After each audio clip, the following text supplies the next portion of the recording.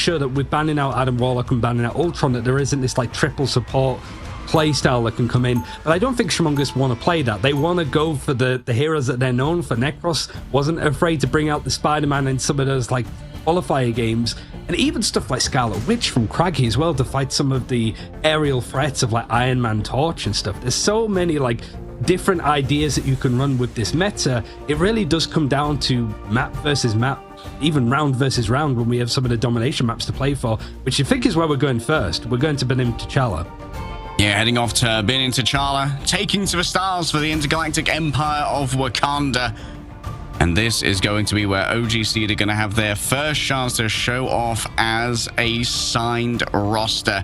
One of our invited teams and one of our prestige organizations here in EMEA. Boga, of course, is going to be sitting on their patented Doctor Strange. This is their signature hero, if ever it was one. And hello, is that a Necro Spider-Man I just saw? Okay, it's content time, baby. It is a really good point as well, just to be able to sort of play on the high grounds and try to isolate specific people. Really, you might be going for the Adam Warlock or the Mantis at the very least. It's a more brawly composition, I think, but triple supports for OGC is going to be run. KQ on the Psylocke, the one to watch apparently on this OGC team. Okay, he's down. Spider Tracers used. Necros seemingly unbothered by the reduction of the Venom damage output, getting a lot of value off of that one. Maybe trying to grab someone off, but no, why Andrew instead just manages to grab Greedy Nils earlier than that. Even so, Lappy forced to just reset off the map, and Cap will be joining them, seeing what's at the bottom of the Warrior Falls. Nobody's really been able to build up ultimates too quickly here because it was so clean from Schmungus. Everybody being able to sort of have things set up. There's no aerial characters flying. It is just these almost like brawly kind of playstyle. And with the lack of like Emma Frost to be able to play with for OGC, you don't really have the same ability to hold the front line. Maybe Thing, but he's not as strong as he used to be. And any other kind of like brawly tank, Craggy's going to rip apart as Wolverine. Yeah, Thing does struggle against those poke-based compositions. Maybe this one might be workable. KQ doing their best to just chase out Necros and instead just rounding upon Andrew. Isolated for now, however. The invisible boundary being drawn up means plenty of sustainability for Schmungus. And Six is going to feel the need to... Oh, no. It's a crazy pull-off there from Necros. Magneto can't float his way out of this one. And guess what? The Mantis also done. No sleep available. No sedation means no savior from a spectacular spin, a quick uppercut, an attempt at a resurrection. That means Hachiko comes back into the midst of all this, but Necros is going to be able to fairly easily escape all the incoming damage. Tanks an incoming Sonic Slash from the Dance of the Butterflies of the Psylocke, and it's the backline that's been found. KG, oh yeah, once again, Necros just doing what he does best. That one's going on the TikTok reel, but with all of this space taken, is going to have to disengage, and Craggy will stand alone against the masses. It's just the fact that this has been bought up for so much time. If OGC, they should eventually get the point, but if they didn't, it would have been a disaster with the amount of ultimates that they dedicated. I think Greedy Nils went down, got resurrected again by that Karmic Revival, went down again instantly. But at least OG kind of get it out their systems. These first points, these domination games can just be so brawly. All you need is 2 good fights. Now Necros needs to find a pick and an opening again, but he's not really struggled at it so far, Leg Day. He's found so much success pulling people off the sides of this map. Okay, Q has been noted here. Hammer Snowflake has been delivered. Hachiko's doing their best to scout around. And Schmungus just going to roll on through to the high ground, not wanting to do too much admin to try and get rid of this one. Into the back line. Desley under fire. Nice block there onto the Absolute Zero coming through as well. Big stun. 4 players. Necros. Unreal value. And it's a desperate attempt to try and rescue it via the Dance of the Butterflies. Both of the strategists have been taken down. Didn't have a strategy to deal with this one. Necro's going to try and turn this one around by their own auspices. But Andrew manages to fry their brain with the sonic powers of Emma Frost. Hachiko does their best to keep this one contested, yes, but grabbed off the point by Craggy, and the Adamantium beats Vibranium. Ultimate's used again. Freedom Charge. There's going to be a little bit of a while before you get some of these major ones on. Mantis is almost good to go. And whilst you see a Boohoo being able to use the port to try and contest on the point, it's not good enough. Boga absolutely deletes everybody over on the map. And with 19% made on the point, I don't think there's going to be much time for an OG contest. Counter portal from Boga went absolutely crazy. Bro took a hot minute, went for a lap during that fight to make sure that point could be set up. Hachiko is controlled beyond their wildest dreams as Craggy and Necros make sure there ain't going to be no touches from Steve Rogers today. And Warrior Falls goes the way of Schmungus. Yeah, much more like chaotic first point, it's sort of expected to be the same here on the Stellar Spaceport. At least you have a little bit more space and you're not as likely to be pulled off the map, although there's still at least somewhat of a chance if you're not careful on, I guess, Schmungus' left side at this rate. Necros looking to stay on it. Would make sense as well because he does have that spectacular spin. You don't want to just give up the ultimate when you have it available. And of course, when you take it into these rounds, which is a little bit different than Marvel Rivals does. Yeah, it's a different approach. Boga, because of his adeptness on the Doctor Strange, that's why we often see Schmungus bring out the Arcane Order team up. You're not going to see it from too many other teams. But there is a world where if you keep watching Schmungus, you might see the rare, the shiny, the Scarlet Witch. And Craggy does get a lot of value off that pick when combined with what Boga can do. And we saw a 4-person Eye of Agamotto during that previous fight as well, which is difficult to hit against these pro teams. Yeah, it's going to be why Andrew does usually, I guess, IGLing, if you want to call it that, trying to find the picks, and KQ switching over to the Punisher is the right kind of answer to at least take out Necros for the time being. Maybe he wants to switch, but again, you have the ultimate. You want to hold on to that as much as possible. Point is going to open up fairly soon, and Craggy's just trying to dive in, find a pick. KQ's found himself 2, but the main tank of Hachiko's gone down, and it has forced out this Fate of Two Worlds to allow Schmungus to be a bit more aggressive. Yeah, Desley falling down means KG has to pull the trigger and try and survive. However, burst through the Fate of Both Worlds. Excellent target focus from OG Seed. Into the backline goes Necros. A bunch of Spider Tracers go awry. Spectacular spin is available, but being pushed away by those Force Physics, has to retreat into the invisible boundary instead. So far away is the Magneto, kidnapped by Craggy in this case, but an Omega Hurricane descends from the clouds above, right on top of Andrew. A shield can be brought up, yes, but it will be nothing to help save KG. On the other side, Necros with a spectacular spin takes out Lapis Stolas, and for now it just has to be a hideaway. You don't want to try and face up to this large judgment. The DPS is too great. Boga just collapses underneath the damage, slain by the Punisher, who believes that you're sinning, and this guy does not enjoy nuance. Necros might go for a little bit of a clip farm off the side, but no, just gonna be a quick reset. Yeah, he's done well to actually get out of there. And it was looking like a good fight for Schmungus, really, with just the amount of time that they were buying, getting those ultimates out. But then you look at the actual progression, it looked like it was still a contested point, but no, OG Seed were like pretty early on able to grab hold of it, which means that they're more than halfway now, being able to chip up and build up some of these ultimates. It's just whether Boga can find much with his Eye of Agamotto. He's been pulled in and he's taken out instantly. It's whether now OG Seed can push up a little bit more, be aggressive, and they are resetting Schmungus again. They're getting that speed boost off the Storm Aura as well. The Weather Goddess drives everyone forward with a wind at their back, and it's full sails ahead to manage to grab that second pickup and final blow. Schmungus once again resetting, but it seems like OGC, they're keen to try and tax the entrance here, so we're seeing a rotation around through the outside room instead. Now it's a bit of more pressure on Schmungus' side. You do have the invisible boundary, but it's more about where you place it, and if you can sort of get through this main front line that's going to be harassing you this much. Craggy moving over to Hela, almost as that Goddess of Death as well, but the fight's not happening on the objective, which only seems to suit OG Seed.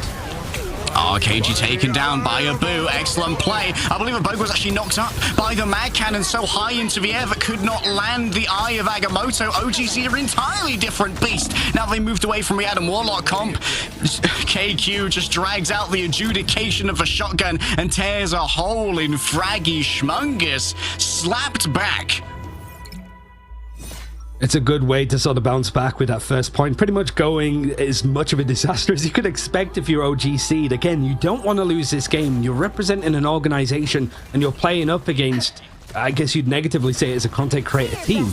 The issue is that Schmungus are just not just content creators, they're ex-pros from other hero shooters. This is just the daily grind for them at this point. For OG Seed, it's the first biggest game of your life to an extent. But they bounced back really nicely. The hero switches were good. KQ showing us exactly why he was picked up in the first place after the trials and the system that OGC put together. And now it's a case of whether you can see it through.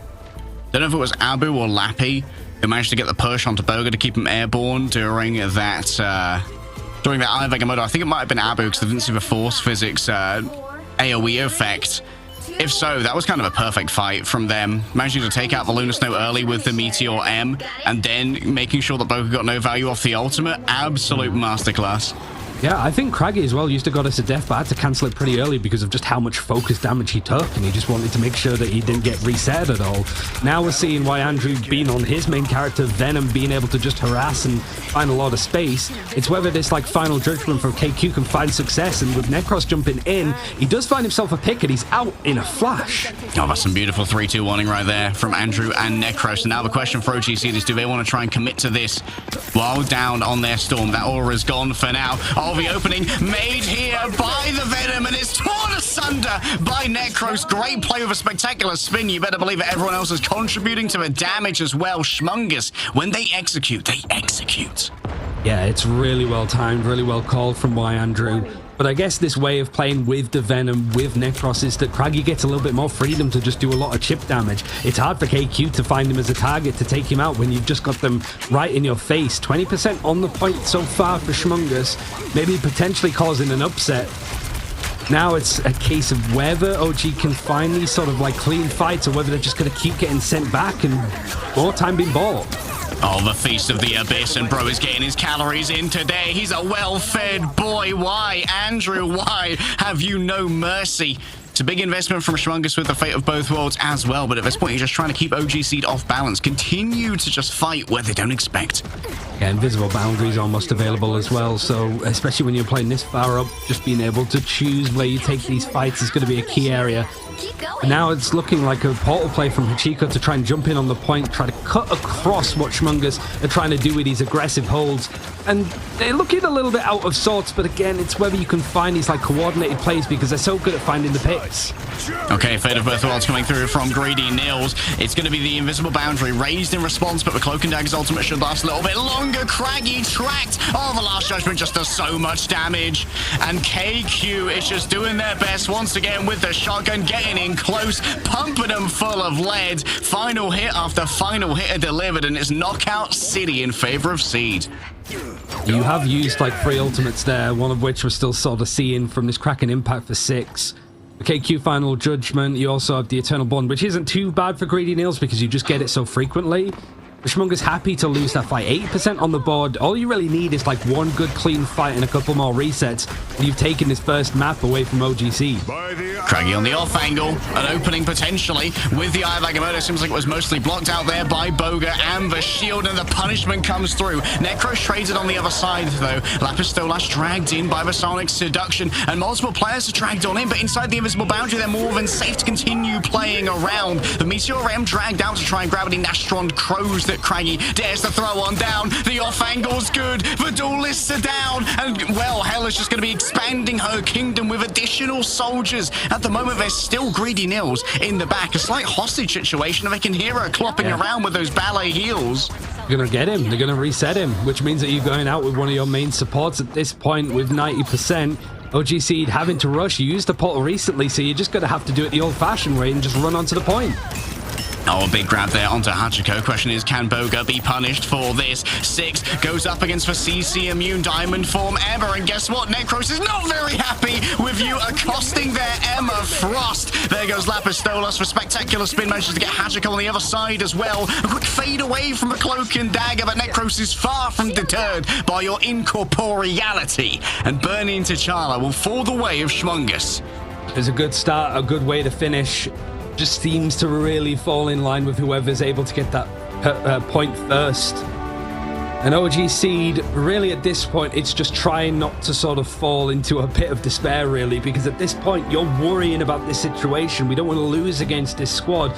But the drawback, I suppose, the bounce back for OG Seed, realistically, is this is the game mode that's the most chaotic. This is the game mode where, frankly, a team that doesn't scrim and doesn't practice all that much consistently as a 6 can do the most damage because it is a little bit more of a free-for-all. Once you move on to these, like, convergence and convoy maps where strategy becomes a bit more of a key thing of where to take these fights, maybe things start to lean in the direction of OG Seed. What they can't do is look at this game and go, this is a disaster, we're going to be the laughingstock, because at that point you're 0-2 in this series. I mean, Andrew putting up a 36-4 as well on the Venom, on the Emma Frost. Andrew certainly putting up some numbers for this team and really proving their value to the roster. Here's Boga getting that counter portal, by the way. excellent play, just making sure that those who are reticent and stayed behind get punished for trying to join their vanguard. When your strange commits, sometimes you just got to go in with them. Otherwise, you're going to get caught out by another strange with a larger brain. In that case, it was Boga. I think KQ was definitely a bright spot, though, for the side of OGC, getting real value out of the adjudication shotgun and finding the final hits when they mattered. It's these first couple of picks, I think, for Necros on this third point. It was a nice dive in as well with Andrew, and you just saw Craggy having free reign, but I think it was a pick there beforehand that Necros was able to get that really just set the pace of the fight, really. Yeah, that's the thing about these high mobility heroes. The question of, like, yeah, for OGC, you don't have the opportunity to go triple support all that much. Like, I think Ultron is still available for you, but if you haven't really played it, Iron Man's not been banned out either, so you have that team up available, but you are missing those, like, heavy healing players like Luna Snow on your roster. So it is a bit of a tricky one to balance up. I think I may have just seen Lapsy trying to convince the team, no, guys, Jeff Nader, come on. It's working in NA.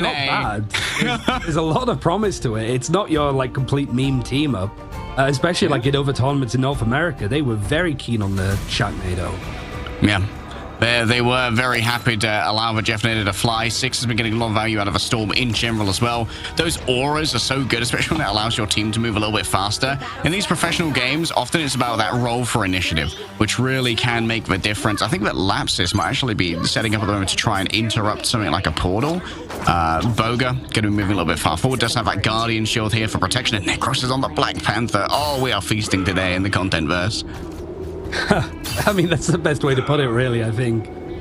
Especially with how, like, coordinated these engagements have been. They're going to go for the pole play. It is sort of met with some defensive aggression from OGC, but on the back foot, it's whether or not, with Six going down now, that Necros can find the picks in the backline. You might not even need him with just how much damage Hachiko's taking on this Doctor Strange. There's the cut through. Greedy Nils has gone down. This could be a very, very quick first point.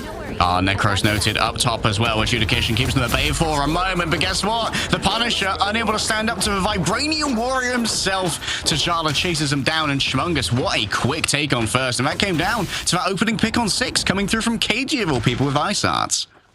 There's 6 minutes to get through this next point, which can also be incredibly snowbally if OGC are not careful with where they take these fights. And because of these, like, threats in the backline of Necros, and even Craggy can just certainly pick up pace and catch you if you're not paying attention. They are playing very close together, trying to deathball as much as possible. And Six needs to be careful in the skies that he doesn't get taken out, because he's the main form of damage here. Oh, when you're deathballing, though, that's when you're in danger of the Black Panther tearing you asunder. Oh, the pack tactics are not armor when you're faced with Vibranium claws themselves, and Necros almost has another Bash Descent ready to go. This is going to be brutal on a team that's tightly stacked. This dive meta hasn't really gone away from stage 2 to an extent, but that's mostly because some of the characters are just not in play or not as strong. Especially not being able to get the Emma Frost. That's the main key thing for OGC that seems to be missing. Abuhu having to do quite a lot to just shield people up. They are going the Ultron now. It's a lot more healing to be able to consistently keep people up, but they're just dropping like flies. 4 clean fights, an absolute cleaner for Necros. Means that there's going to be, what, like 5-6 minutes almost on this third point. Yeah, Lapsis Athilas was taken out from their invisible boundary as well, cancelling the ultimate and allowing the rest of the team to be in a position where they just did not have any support behind them. Craggy's also got that reality erasure ready to go, playing the Arcane Order team up, or as I like to call it, the Arcane Barrage. It's just so much damage onto the enemy Vanguard line. They can't stand up to that double primary fire. So much pressure that's going on to Boga now, but it's just an Eye of Agamotto, and now he's got a bit of freedom with this Psionic Seduction. Ultimates can be used to counter. No. He's going to use it right in the center of them if he can find a good moment, but it might not even necessarily be needed. A couple are stunned, but Craggy's found that first elimination in this team fight, and KQ is just trying to find this space with this Kraken's impact to try and counterattack. At least the kill feed's got a little bit more blue in it. But Schmungus have so much time on the board, it's a fine fight to lose. Finally, knockouts found, stability gained. This is exactly what this high shielding Vanguard composition needed. A place to call their own and to be able to play from its defensive posture and really make sure that Necros' approaches could be really heavily monitored. That's why Necros now swapping over onto a Wolverine instead, where it's a little bit more in your face, ready to go, trying to grab Hachiko away, but you don't have great flight paths with your Wolverine when you're going up against this kind of like low ceiling, so you need to try and get the payload out into the open. Yeah, you've just basically got two main tanks and not the off tank of what the Thing or Emma Frost have sort of fallen into. Granted, it's a little bit more of a murky role, but Necros just wanted to make things a little bit more murky. Aya Bagamoto stunning out Craggy and Andrew, but you just saw their HP stay pretty much at 100 the whole time. Necros finding that first main tank over on Hachiko on the Doctor Strange means that the rest of the team have to back up. Big ultimates used. Eternal Bond on the precipice of being available, but KQ's gone down just beforehand, and the last stands made sure that everybody's been cleared out just as they were about to get into safety. Oh, Necros makes the most of that rage. Doesn't have the passive though, but Reality Erasure could be an excellent zoning ultimate to just try and keep everybody off the point. It's a desperate attempt for Captain America, but he gets speared by Wolverine. Logan says, absolutely not, Bub. You are not touching this car. And Schmungus, they barely lost 10 seconds from their overall time bank, completing one of the most defensively favored maps in the game. This Symbiotic Surface is an absolute slap to the map picker of OG Seed. Yeah, this is just a complete free fall for OGC. Just the small things, right? Like missing your first ban, having a map like this that you've chosen, that you've also, I think, chosen the side as well to be able to defend first. And you get absolutely shafted in a lot of those main team fights by heroes that, quite honestly, you probably don't have that much practice against, I think, at this current point. How many times are you going to scrim up against Scarlet Witch without blacklisting that team afterwards at this level, right? Like, it's such a weird hero to deal with. It makes sense that OGC don't really have an answer. Yeah. I mean, you might have scrimmed against a little bit of Black Panther if you happen to be scrimming Burbo Panda. Over Tanuki is a Black Panther enthusiast. And here in EMEA, we actually have a bunch of very talented Black Panther players, but often, like, you opt into the all reliable. You know, you go for your Punisher, you go for your Winter Soldier, your Psylocke, where if you hit your shots, you find your knockouts. And sometimes that's all the math that a professional team wants to try and get some real value out of this. The gauntlet's been thrown, though.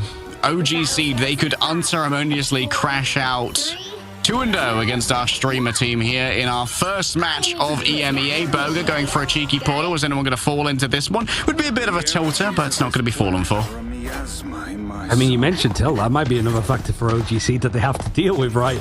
Some of these moments are going to come back to haunt them potentially. They've just started their esports careers to an extent, but they are going to go for that first point on the point even. It's a really good, like, CC enabled for Hachiko. He's taken down very quickly. Some damage done, but this seems to just be going in the direction of Schmungus to be winning this first fight, and OGC very comfortably trying to get out of the fight is what I was gonna say, but this doesn't look comfortable at all. I'm not sure why OGC committed to going through the portal for that fight after they already lost Doctor Strange.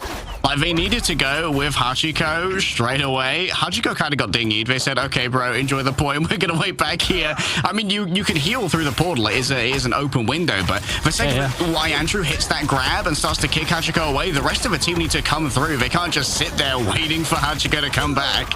It was like a shepherd's crook moment, I think. It really was. Hachiko just being pulled away from the portal by Emma Frost. I keep wanting to say Emma Stone for some reason. I have no idea why. I don't know why that's like the neuron that's firing in my brain. But Desley just making things worse, I suppose, with this attacking side. That main tank goes down first yet again, showing that this isn't just these backline harassers doing the damage. It's just the damage from the front is just not sustainable at all for OGC. Oh, Abu might get staggered here as well. The beams, they are a beaming. And a little dome of healing coming through from the Cloak and Dagger will sustain Magneto for a moment longer, allow him to cling to life. Schmungus going to be forced into a disengage, but they've got plenty of resources for the next fight. And I think it says a lot, really, that, like, you think back to the bands, Schmungus were really gunning for some of the strong supports, the like of Lunar Snow, that they have available. It's the fact that OGC just can't stay alive in some of these fights, especially under high amounts of burst. Eternal Bond is going to try and keep everybody up for the Psionic Seduction. And Boohoo finding that first pick over onto Craggy. The fate of both worlds is going to keep everybody alive for the time being, but it's a counter-attack that's coming from Boga with the Eye of Agamotto catching on to 2. OGC having to use every ultimate that they had available to them. They look like they're making a point, but it's completely different to what Schmungus did. They did it in one clean take. OGC just getting across the board with a minute and a half to spare. Sometimes you just need to get that point, need to get that momentum, and you'll deal with the economic consequences later. It's the buy now and pay later model of having a point, honestly. They're clownery. Mortgage approach. However, for the side of Schmungus, they can take an early fight here, utilize their high grounds, and really leverage the ultimate advantage they have. Yeah, speaking of ultimates, I don't know how much we'll see from Craggies when it comes to the success there. KQ trying to find a way to just sort of be irritating, but just gets peeled for and deleted instantly. He doesn't really have the same level of, like, share the stage from a Lunar Snow to keep him alive in the backline, so if he just takes a lot of damage, there's not going to be much help that's going to come in. Craggy's just constantly irritating. His payload's barely moved once we've got past this first stage before OGC need to reset again. Oh, it's not ideal. Hachiko does have a living legend at least.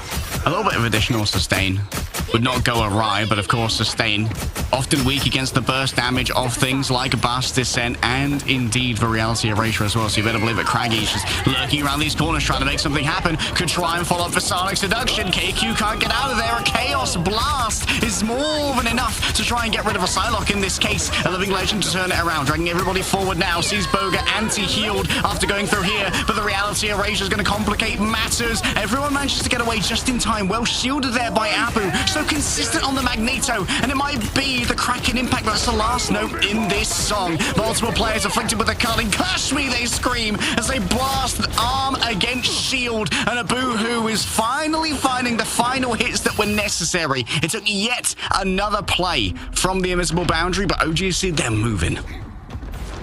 I mean, that's the most important thing. You've constantly got it in the back of your head, like, we're not as fast as they did it. We've still got so much time to try and hold. To get there in 3.5 minutes, I don't even think it's physically possible at this rate. But just getting on the board is the important factor. You got to keep things moving. And Schmungus wasting no time to try and go for the re-engage. 6 has been pretty successful so far on this Bucky to find those first picks. And OGC at least keeping things moving, but Boga and the rest of Schmungus doing their job, just stalling things out, getting some of those ultimates out of the way before they get to this final point. 6. Accurate with Rotter Stern, you love to see it. This is a roster with a lot of room for improvement, and of course plenty of time over the course of the Marvel Rivals Ignite season to try and make that one work. Boga with an Eye of Agamotto in the back pocket here. You've got to be worried about that sneaky Doctor Strange. He doesn't have a portal right now, so we can't drop directly on top of you. A good pick here off the back of the Bionic Hook would be everything, but 6 is unable to connect it. Necros coming in from the top now, surely with Vibranium Spear to try and mark an overextended player would be incredible. Out comes the Eye of Agamotto. It only stuns Greedy Nils, but the focus fire's not there to try and take them down thereafter. Necro was caught elsewhere, possibly bionically hooked in. Now KQ could try and find an opening when most of the resources have already been expended by Schmungus. The Reality Erasure still needs to be worried about. Out comes the Eternal Bond. Plenty of territory to try and play in. Craggy to punish the dive, maybe. Sends out all the Chaos Bolts when they're most needed. The power of Chthon racks through the brains of OG Seed. In the Venn diagram is a blast of power, but shields in the way mean that OG Seed will stand tall for now, and Desley gets taken out by their counterpart. Lapis Dolas, when it's most necessary, is turning their weapons upon their counterpart. Out comes the Arcane Order. Plenty of damage. Greedy Nils has to fade away to try and deal with it, and OGC, they're disengaging, too worried about the forthcoming damage. They're still just going in this fight, and the payload moving back with 15 seconds left means that this is really touch or go for Chico. They've managed to sort of pull things back, but it is going to be sort of pretty much nipping into overtime. You've got the Doctor Strange portal to get in and help for 6 as well. He was hit with a stun. He's able to get on the point, but it's a weird contest now as the overtime wick is burning. Necros coming back on the signature character. Up comes the Meteor M. Abu, who unable to find any final hits off the back of that one. Necros just dodges away into the ether. Out comes an Eye of Agamotto. Boga doesn't seem to have hit anyone right here, but Lapitolas still answers it with the invisible boundary. Sustained for days for OGC. They refuse to bend, they refuse to break, and Hachiko delivers liberty itself under Schmungus, and boy, are they feeling liberated. Yeah, I mean, it's going to be a sigh of relief, I guess, but you've got 90 seconds to try and match the end of the point. And all of this past a minute is going to give Schmungus a little bit of extra time if we do go for like a second round of the attacking sides. It's all of the ultimates being used as well. There's not going to be much for KQ or Ruhu to be working with. It really is a lot of pressure going in onto Greedy Nils with this Eternal Bond. A lot of pressure, a lot of expectation. OG soaring, out comes the Eye of Agamotto. Desley gets taken down. Necros could next be the same. Still wants that passive though for the additional survivability. Manages to get a boohoo in the midst of all of this. A trade after being stunned by the Eye of Agamotto. Not the most acceptable outcome. And now is going up against all of these players and just slicing through. 100 rage in the back pocket, pushed away. And it's to the Berserk state in the back. Extra damage reduction means there's staying power for the Wolverine himself. And a last stand too. Always feeling very, very frisky with this one. In onto the Vanguards on the back. Forces Hachiko to use for Living Legend early. It's now just trying to retake some of this space, getting into the back line, but you're just CC'd instantly by Emma Frost. He's managing to still find the cut throughs, takes up the other tank of Boga. Now you do have to worry about this reality erasure. It's not found a pick up until now, but it has taken out KQ, who actually I think managed to dodge it with the Dance of the Butterflies. He appeared in the kill feed, but he's still able to keep going. Multiple players in the Dance of the Butterflies sharing out that damage, democratizing what Psylocke was offering, and Andrew now in these broken down fights is at his strongest. Carbon crushes and spinning kicks abound. OGC find themselves ripped from the soil and cast into the garbage. Yeah, one of the main top seeds taken out by a team that struggled through the first open qualifier of Schmungus. They ran into Blood Kyryuda, who we're going to see a little later on in this tournament, but had a very clean way to sort of end things in that sort of final chance. And KG doing really well, I think, with sort of the support work, but I think consistently Schmungus being able to get that Lunar Snow and avoid it on the side of OGC. They weren't able to get it with how the ban system works. Means that it just really suited them with the amount of healing that they were able to put out. And just the damage was unsustainable for the likes of OGC, and they're just always on the back foot because of it. Huge amounts of damage coming out of Craggy, 23k right there. But honestly, KG walking away with the MVP, very deserved. 38k on the healing category. What a strategist is Necros, coming back with the nasty cancels of the Black Panther. Bro's just holding shift at that point and wiggling the mouse as brutally as they can. And honestly, against these tight formations, it had some real value. I mean, it goes to show that it isn't just a case of like banning the Spider-Man because he's a Spider-Man one trick. Like, he is a solid player, has previous experience playing in these hero shooters, and it was the fact that they could go for different options. Just the fact of like Scarlet Witch with the Doctor Strange team up, just almost overlooked, I suppose, with the impact and power that it has available to those characters. But the main like people that we're looking at for like the tank lineup constantly hit by the like bans means that Doctor Strange always needs a look in, and if you can find any team ups to make these characters powerful and you can play their counterpart, I mean, Craggy shows it's worth doing. I mean, the Vanguards, they had their moments. I think Abu, who definitely a bright spot on this roster, getting a lot of value out of a Magneto. And often it was a priority draft play for OGC to try and get that Magneto for Abu and take it away from Schmungus. Admittedly, I don't think they're huge Magneto merchants over on Schmungus. Like, Boga and Andrew can both play it, but they definitely prefer to be playing something like the Doctor Strange, like the Emma, or even the Venom itself. I think for Schmungus, though, definitely showing that they have the competitive chops needed to make it work with what some people might consider off-meta picks, even though we're seeing more Black Panther these days. Yeah. And you pointed out earlier that maybe OGC were a little bit flustered, just missing that first ban, and that could be incredibly telling, because there's no upside to missing your first ban unless you think that it's some kind of psyop to not show